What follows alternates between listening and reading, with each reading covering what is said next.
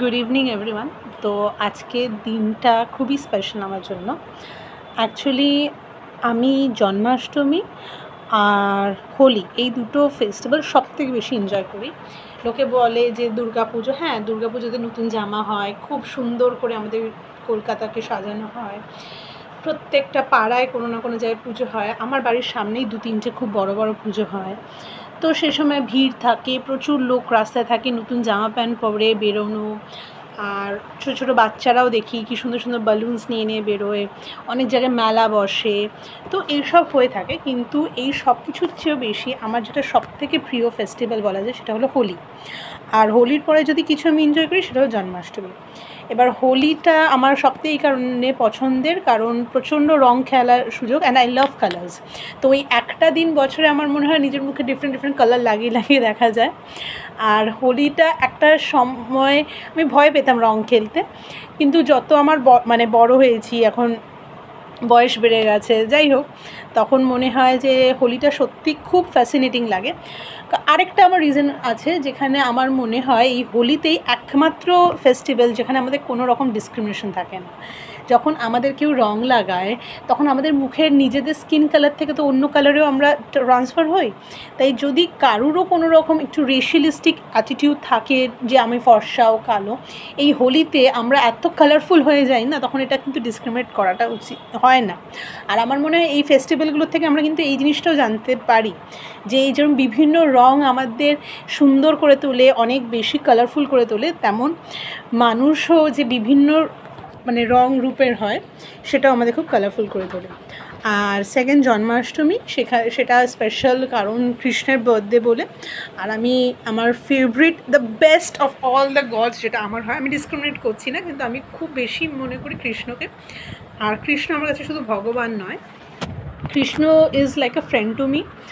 আমার নিজের একটা কৃষ্ণের ছোট্ট মূর্তি আছে, একটা বালগোপাল আছে, আর আমি সবসময় বলি একটা আমার ছেলে, একটা আমার স্পেশাল সামওয়ান টাইপের কিছু। তো এ তো আমাকে সবাই বলে যে যারা এরকম ভাবে, তো কৃষ্ণ তাদের লাইফে কোনো দিনও বয়ফ্রেন্ড আসতে দেয় না, কারণ কৃষ্ণ হিংসুটে। সো নো ম্যাটার যাই হয়ে থাকুক, কৃষ্ণ আমার খুব পছন্দের। আর তার জন্মদিনটাকে গ্র্যান্ডভাবে সেলিব্রেট করাটাও আমার খুব মানে পছন্দের একটা কাজ বলা যায়। তো প্রত্যেকবারের মতো আমার বাড়িতে গতকাল জন্মাষ্টমী হয়েছিল, আর আজকে 26 তারিখ, আজকে 27 তারিখ, 26 তারিখে জন্মাষ্টমী হয়েছিল। আর 27 তারিখে আমাদের নন্দ উৎসব হয়, সেদিনকে আমরা একটু ঠাকুরকে অন্নভোগ দিই। এবারও দেওয়া হয়েছিল ভাত, তারপরে ডাল, তারপর ভাজা টাজা দিয়ে মা কাকিরা যা দিয়েছিল।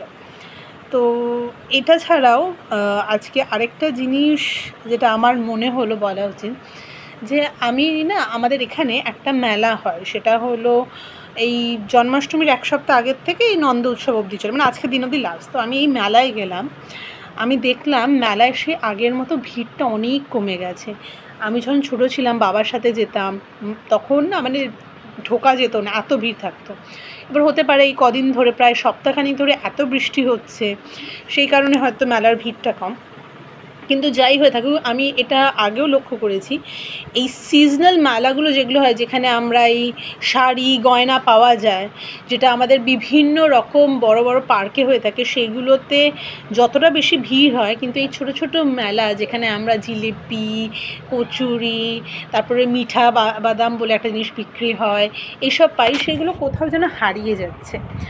আর আমার মনে হয় যে আমাদের যে নিজেদের ঐতিহ্যকে ধরে রাখা যেমন দরকার, যেমন আমরা বিভিন্ন পুজো করি, সেখানে একটা সাবেকি আনা আছে, থিম পুজো তো হয়, কিন্তু এখনও কিন্তু সাবেকি ঠাকুর অর্ডার দিয়ে করানো হয়, বা অনেকে নিজের বাড়িতে যেরকম বাড়ির দুর্গা পুজোয় যে ঠাকুরটা আনে, সেটা তো কোনো থিম টাইপের হয় না, সাবেকি রূপে তাকে সাজানো হয়। অনেকে লাল পাড়ে সাদা শাড়ি পরে ঠাকুর আনে, অনেকে ডাকের সাজে ঠাকুর আনে, এরকম বিভিন্ন রকমভাবে সাজানো হয়। তো এরকমই এই যে ছোটো ছোটো মেলাগুলোর একটা ঐতিহ্য ছিল, যেটাকে আমরা ঝুলন মেলা বলে জানি।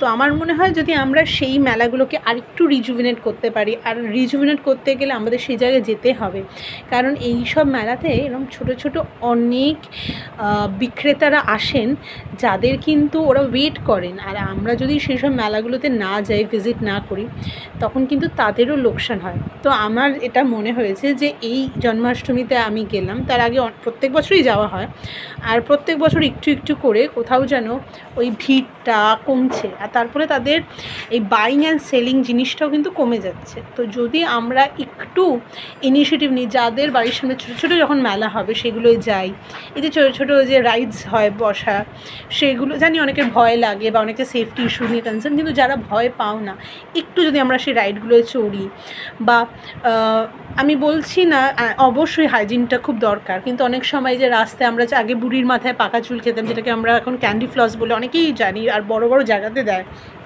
কিন্তু যারা যারা এরকম রাস্তায় বিক্রি করছে, তারপর এক ধরনের না নভেম্বর মাসে যখন এই গুরু পার্বটা হয়, সেই সময় একটা আমাদের এখান দিয়ে পরেশনাথ যায়, তো সেই সময় একটা চিটি বাদামের মতো নিয়ে যে স্টিকি থাকে, আর ওটা দিয়ে বিভিন্ন শেপ বানিয়ে বানিয়ে দেয়, সুগারের হয়। তো এই জিনিসগুলো একটা সময় আমাদের ছেলেবেলায় যারা আমরা 90s এরাতে জন্মেছি, অনেকের কাছে এটা খুব প্রিয়। তারপর আমাদের এরকম বরফ আইসক্রিম, কাঠি আইসক্রিম, এগুলো কোথাও না কোথাও আমার মনে হয় আজকের দিনে হারিয়ে যাচ্ছে। তো এই যে জন্মাষ্টমী পুজোতে যখন আমি মাকে দেখলাম এবার তালের বড়া সব কিছুই বাইরে থেকে কেনা হচ্ছে, তখন আমার মনে হলো আমাদের নিজেদের বাড়িতেও তো এই প্রথাগুলো হারিয়ে যাচ্ছে। সময়ের অভাব বা কাজের চাপ, বা অনেকে জানেই না কীভাবে বানাতে হয়, তার ফলে এরকম পুরনো যেরকম সাবেকি রান্না হারিয়ে গেছে, আমাদের ছোটো ছোটো জিনিসগুলো যেটা ছোটোবেলা আমাদের খুব ফ্যাসিনেট করতো, সেরকম জিনিস হারিয়ে গেছে। ঝুলনের মতো জায়গাতে যেখানে আগে এত ভিড় হতো যে লোকেরা মানে বাচ্চাদের কাঁধে বসিয়ে নিয়ে যেত, সেগুলো হারিয়ে গেছে। তো এরকম বিভিন্ন ঐতিহাসিক বা ঐতিহ্য বা প্রাক জিনিসগুলো কোথাও না কোথাও হারিয়ে যাচ্ছে। যদি আমরা একটু ইনিশিয়েটিভ নিয়ে সেগুলোকে একবার করে মানে চেষ্টা করি একটু রিজুভিনেট করা, তাহলে কিন্তু শুধু যে সেই জিনিসগুলো আবার ফিরে আসবে তা নয়, সেই উৎসবগুলোর মধ্যেও না আগের মতো সেই ঐতিহ্য থাকবে। আজকে সবার বাড়িতে জন্মাষ্টমী হয়, সব জায়গায় রং খেলা হয়, কিন্তু সেই যে ঝুলন বা রঙে আর বা হোলির আগে যে রাধাকৃষ্ণর একটা অনেক জায়গাতে আমি দেখেছিলাম হয়, আমাদেরই কাছাকাছি একটা জায়গা হতো যেখানে মানে যেটা হোলিকা দহনের পরে রাধাকৃষ্ণকে রং লাগানো হয়, সেটা হয়তো এখনও হয়, কিন্তু তার প্রচলনটা অনেকটা কমে গেছে। তো আমি মনে করি এইগুলো ছোটো ছোটো জিনিস যেটা আমাদের আগামী প্রজন্ম হয়তো জানে না বা জানবেও না, কারণ এত টেক স্যাভি জিনিসে এআইয়ের জগতে এই জিনিসগুলো না জানাটাই খুব স্বাভাবিক। কিন্তু যদি আমরা একটু ইনিশিয়েটিভ নিয়ে এগুলোকে একটু রিজুভিনেট করি, তাহলে তো নিশ্চয়ই খুব পছন্দের হয়। এটা আমি যেহেতু পার্সোনালি জন্মাষ্টমী আর হোলি পছন্দ করি তা নিয়ে বললাম, বাট বাকি উৎসবগুলো নিয়ে আমরা সেমই মন্তব্য, যে ঠাকুর দেখার ভিড় যেমন থাকে, রাস্তায় খাওয়ার হিড়িক থাকে, তেমন আমার মনে হয় ওই ছোটো ছোটো যারা বিক্রেতারা থাকে তাদের থেকে আমরা যাতে মন না সরিয়ে সবসময় যে রেস্টুরেন্টে খেতে হবে এরম নয়। তো তাহলে কি হয়, শুধু পুজোটা বা যে কোনো ওকেশন শুধু আমার ভালো হবে বা আপনার ভালো হবে না, এটা আমাদের অনেকের ভালো হয়। আর আমরা তো জানিস মানে festival is a celebrating time, আর সেলিব্রেশনটা শুধু আমার আর তোমার নয়, সবার। তো একটু ইনিশিয়েটিভ নিলে যদি সবাই একটু হ্যাপি থাকে, তাহলে আমরাও খুব এনজয় করতে পারি। তো আমার এটা একটা মনে হলো, তাই তোমাদের সঙ্গে শেয়ার করলাম। তোমাদের যদি অন্য কোনো মতামত থাকে তুমি নিশ্চয়ই জানাতে পারো। Till then tata. আর হ্যাঁ, তোমরা চ্যানেলটা সাবস্ক্রাইব করতে কিন্তু ভুলো না।